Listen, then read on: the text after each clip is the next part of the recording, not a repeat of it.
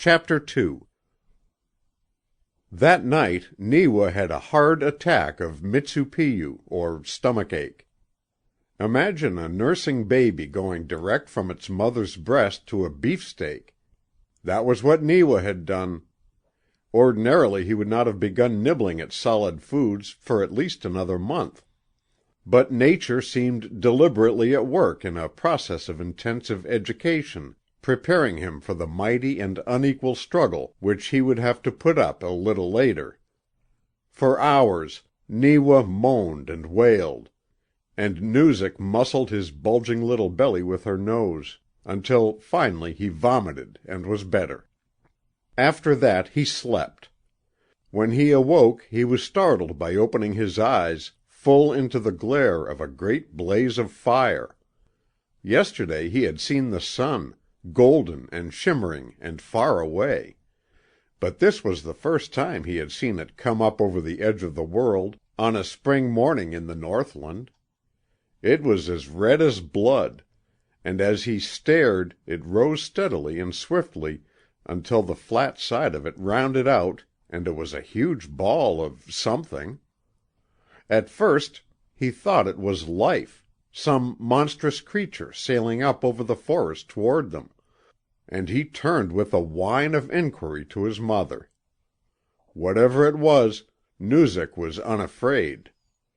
Her big head was turned toward it, and she was blinking her eyes in solemn comfort. It was then that Neewa began to feel the pleasing warmth of the red thing, and in spite of his nervousness he began to purr in the glow of it.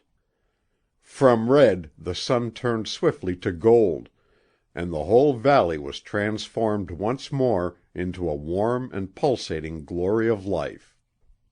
For 2 weeks after this first sunrise in Neewa's life, Noozak remained near the ridge and the slough. Then came the day, when Neewa was 11 weeks old, that she turned her nose toward the distant black forests and began the summer's peregrination. Neewa's feet had lost their tenderness, and he weighed a good 6 pounds. This was pretty good considering that he had only weighed 12 ounces at birth. From the day when Noozak set off on her wandering trek, Neewa's real adventures began. In the dark and mysterious caverns of the forests there were places where the snow still lay unsoftened by the sun, and for 2 days Neewa yearned and whined for the sunlit valley. They passed the waterfall, where Neewa looked for the first time on a rushing torrent of water. Deeper and darker and gloomier grew the forest Noozak was penetrating. In this forest Neewa received his first lessons in hunting. Noozak was now well in the bottoms between the Jackson's Knee and Shamattawa waterway divides, a great hunting ground for bears in the early spring. When awake, she was tireless in her quest for food, and was constantly digging in the earth, or turning over stones, and tearing rotting logs and stumps into pieces. The little gray wood mice were her pièce de résistance, small as they were, and it amazed Neewa to see how quick his clumsy old mother could be when one of these little creatures was revealed.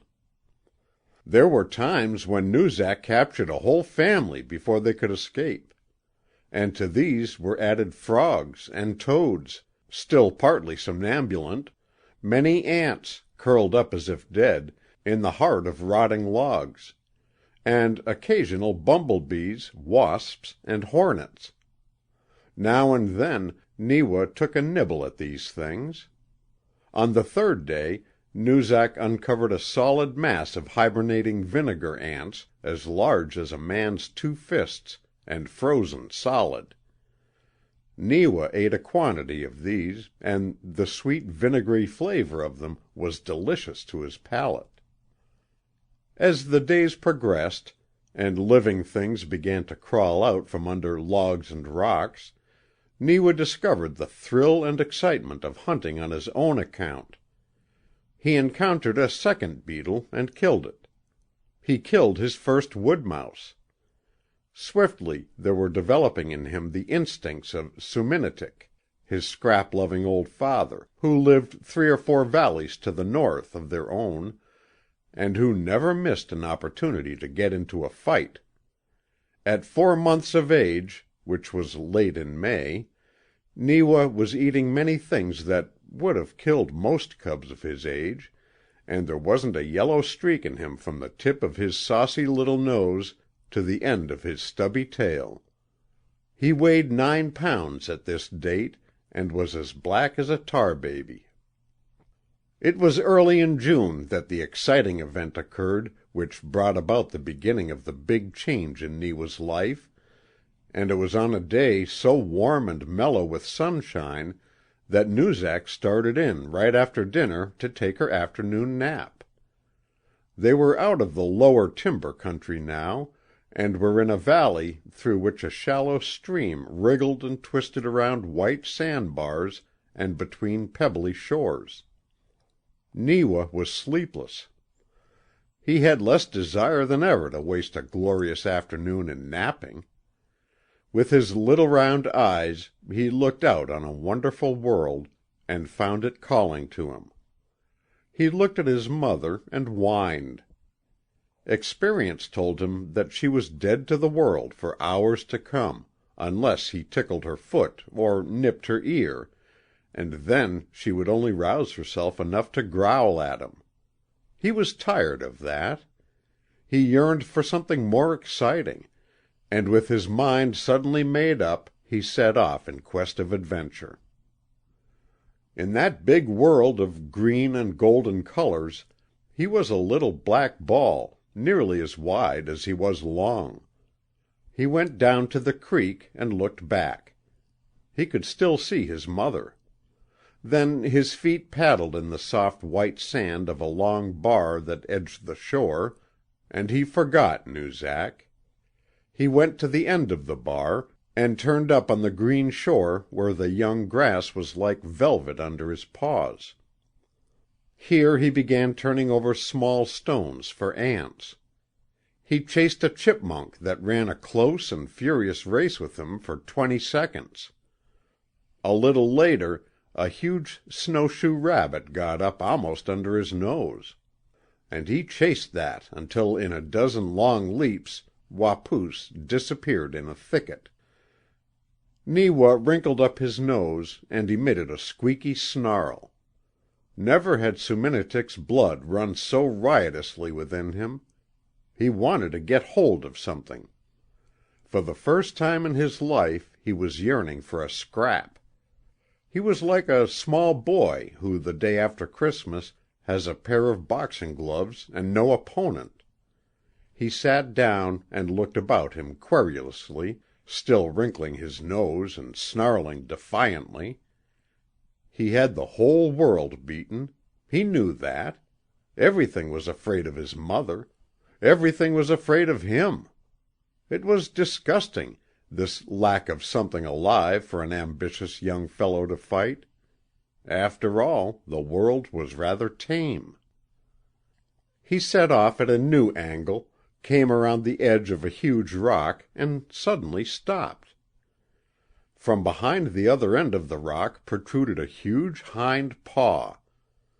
For a few moments Neewa sat still, eyeing it with a growing anticipation. This time he would give his mother a nip that would waken her for good. He would rouse her to the beauty and the opportunities of this day if there was any rouse in him. So he advanced slowly and cautiously, picked out a nice bare spot on the paw, and sank his little teeth in it to the gums. There followed a roar that shook the earth. Now it happened that the paw did not belong to Noozak, but was the personal property of Makoos, an old he-bear of unlovely disposition and malevolent temper. But in him age had produced a grouchiness that was not at all like the grandmotherly peculiarities of old Noozak. Makoos was on his feet fairly before Neewa realized that he had made a mistake. He was not only an old bear and a grouchy bear, but he was also a hater of cubs. More than once in his day he had committed the crime of cannibalism. He was what the Indian hunter calls uchan, a bad bear, an eater of his own kind, and the instant his enraged eyes caught sight of Neewa he let out another roar. At that Neewa gathered his fat little legs under his belly and was off like a shot. Never before in his life had he run as he ran now. Instinct told him that at last he had met something which was not afraid of him, and that he was in deadly peril. He made no choice of direction, for now that he had made this mistake he had no idea where he would find his mother. He could hear Makoos coming after him, and as he ran he set up a bawling that was filled with a wild and agonizing prayer for help. That cry reached the faithful old Noozak. In an instant she was on her feet, and just in time. Like a round black ball shot out of a gun, Neewa sped past the rock where she had been sleeping, and 10 jumps behind him came Makoos. Out of the corner of his eye he saw his mother, but his momentum carried him past her. In that moment Noozak leaped into action.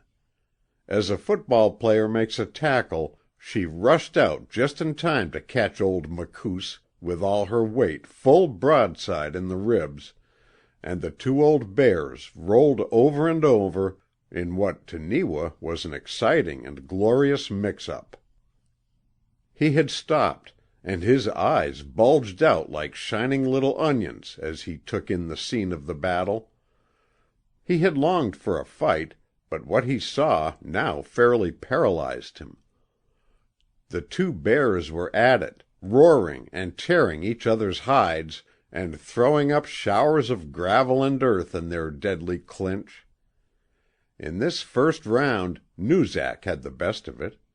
She had butted the wind out of Makoos in her first dynamic assault, and now, with her dulled and broken teeth at his throat, she was lashing him with her sharp hind claws until the blood streamed from the old barbarian's sides, and he bellowed like a choking bull.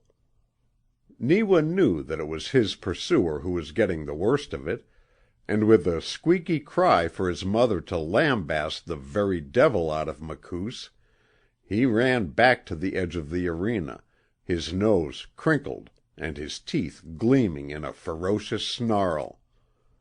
He danced about excitedly a dozen feet from the fighters, Suminetik's blood filling him with a yearning for the fray, and yet he was afraid.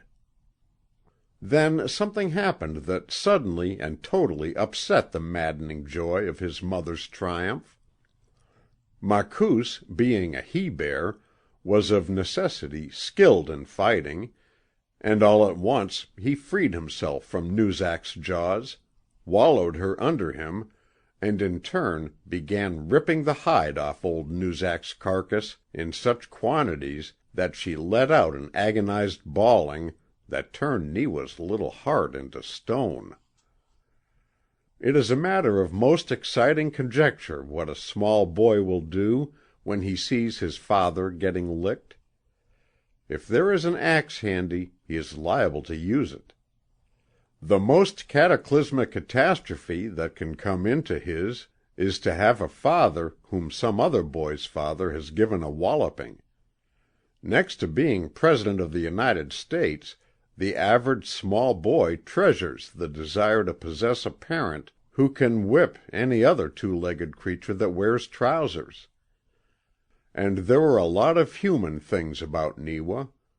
The louder his mother bawled, the more distinctly he felt the shock of his world falling about him.